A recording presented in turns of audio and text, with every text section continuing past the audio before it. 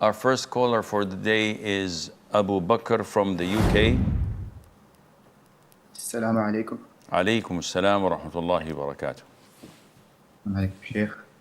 I have this OCD that relates to sins, and it mainly relates to lying, backbiting, and disrespecting my parents.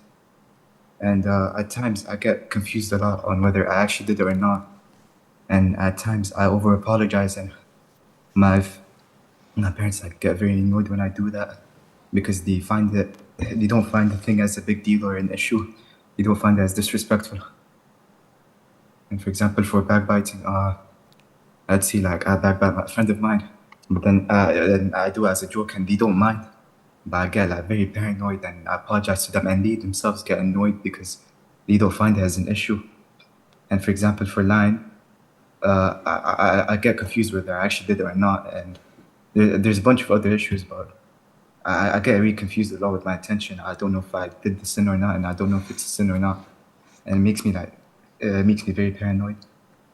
Well, first of all, Akhi, you need to learn your religion. I cannot explain to you how to solve each and every doubt you're getting unless I get a scenario by scenario case where I would explain to you and tell you that this is not riba, this is not disrespecting the parents, this is fine to do, or this is not fine to do. So maybe you do require a counseling session for 30 minutes where we would sit and talk about it case by case scenario. But generally speaking, backbiting is mentioning your brother in his absence with something that he would be annoyed if he were to know. So small things that you and I may say, knowing that our friend would be fine with it, and we roast one another like this, usually we joke about it, this is not backbiting. Things that you may feel that your parents were not fine with, but they're not disrespected and they don't feel that you've committed a sin, yet they would have loved it the other way.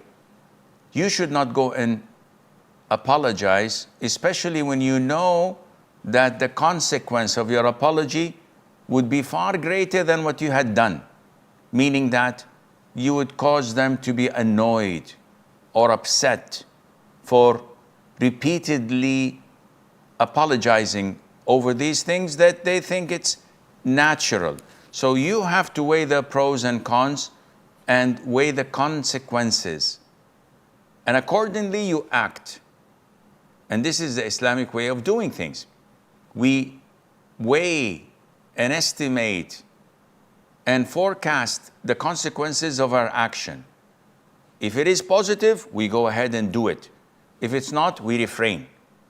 It's not the other way around. We shoot, then ask questions. No. We have to know what will be the consequences of our actions or of what we say.